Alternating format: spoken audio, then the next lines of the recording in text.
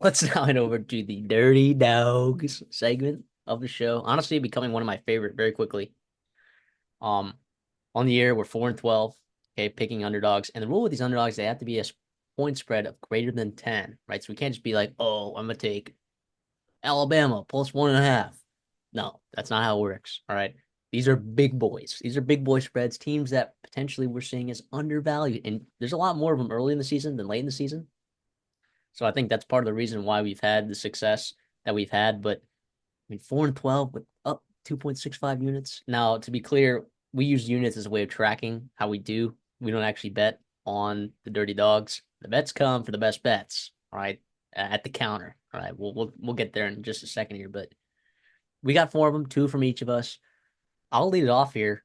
Akron plus 385 against Ohio. I know you're going on the road and you're thinking, what? Akron's terrible. What has Ohio done besides beat South Alabama that's made you think, oh my gosh, they're absolute world beaters right now? No, And they don't. if I'm not mistaken, was Gio Lopez not playing in that football game? I don't think he was. I don't think he was. So I'm like, when I look at Ohio, I'm not seeing the defensively, Ohio's looked really good. Okay. Well, I shouldn't say really good. They've played against some teams that are solid in their own right, but for a MAC team, right, they're not bottom 30 defensively in the country, which is, you know, kind of a big deal in the MAC. Whereas Akron, they've just played some really. We don't know what they look like. They played a Rutgers team that's looked really good. They played a South Carolina team that defensively we know smothers teams, and against Colgate, I know it's Colgate, but Ben Finley looked pretty good. I think that there's just some max stuff going on here, kind of like Akron in this spot. I don't hate Ben Finley at quarterback.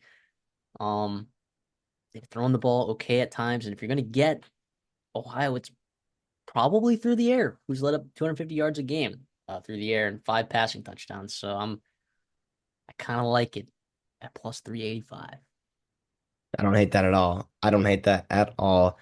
I'm gonna move over to the Big Ten here. In a game we previewed, I'm gonna go Illinois over Penn State plus 650, bro. What's that value there? Give me that. I think that the value here is too good to be true. Now, when we picked them earlier in our preview, right? I took Penn State to win because I don't get any value in that. I don't get plus 650 for Illinois. It's just, one win or not. Obviously, Penn State has a good chance to win this football game. Duh, no duh.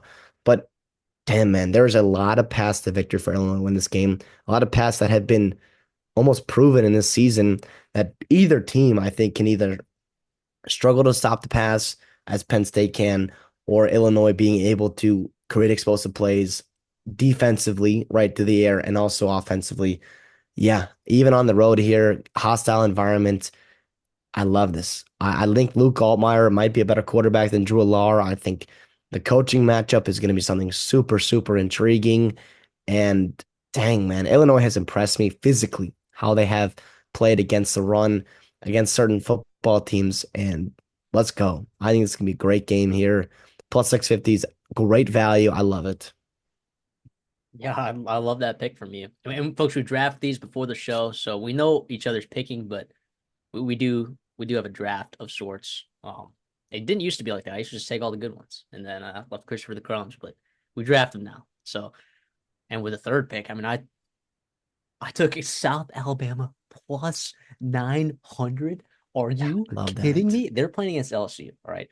And now, do I think LSU might put up 40 points on South Alabama? Yes, I do. Could South Alabama put up 41?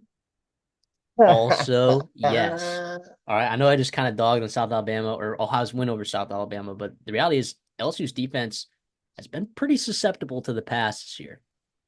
And Gio Lopez, you know, when we talk about G5 frisky quarterbacks, he's on that list of frisky quarterbacks, and LSU just hasn't impressed me this year. They really haven't.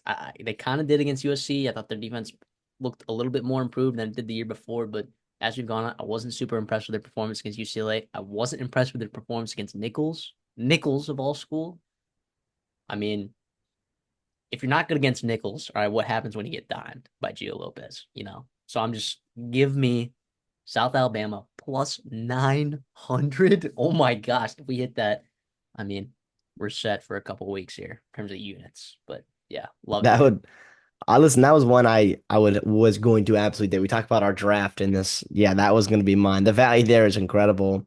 Fluff Bothwell, a guy getting a lot of attention on Twitter right now. He's a monster. He's the best running back in this football game. I think without a doubt, right? I think it's better than anything else LSU trots out there. We'll see if I get proved wrong there, but yeah, in terms of there's a certain formula you have to win. You have to have in order to win against extremely talented football teams. And I think South Alabama has that. You mentioned with how frisky they are offensively. Last one here. I'm going to go Western Kentucky over Boston College. Western Kentucky at plus 360 right now. I think schedule dynamics play a factor in this one. I think the talent Western Kentucky has offensively plays a factor in this one. Boston College is off of two really tough games in Missouri and Michigan State. They come back home and it's the middle of it. It's the game before two road games. And sometimes, people talk about, the end of a 2 game road trip can be tough. I think part of it is like the look ahead here. Boston College is feeling pretty good about themselves, and you cannot overlook Caden Feldkamp. As soon as he's been inserted into the starting lineup, they have been a different football team. They went over and they beat Toledo last week. Toledo team that just stomped Mississippi State a couple weeks ago. And Feldkamp, what he did in that fourth quarter was incredible. Very, very inspiring. I like this year. I think they're gonna have to play a clean brand of football. And Feldkamp is sometimes scary with that. But listen, I think they can do it. The only thing that concerns me is stopping the run, right? The quarterback run specifically. But however, I still feel like they can get it done. It was slim pickings at the end here, but listen, they can do it here. The Hilltoppers, why not? I mean, to be fair, it is. When I was looking at these games, I think the four that I had were actually these exact four. So yeah, I don't blame you for taking Western Kentucky in that spot. Just because like what else is there, right? I mean, there's not a lot that I personally like. I mean, it's like they're gonna take Middle Tennessee State over Memphis, probably not. They're gonna take Michigan State over Ohio State, probably not. Houston over Iowa State. I like that a little bit, but yeah, I just Yeah, the yeah, trees over going across the country over to Clemson. We say yeah, that though, and there's going to be a big time upset this week. We yeah, hope it's in yeah. we hope it's in our four. We hope it's in our four. We hope it's multiple. Multiple would be crazy. How about plus nine plus 900? Yeah, plus yeah, plus 900 would be um pretty awesome if you ask me. Pretty awesome.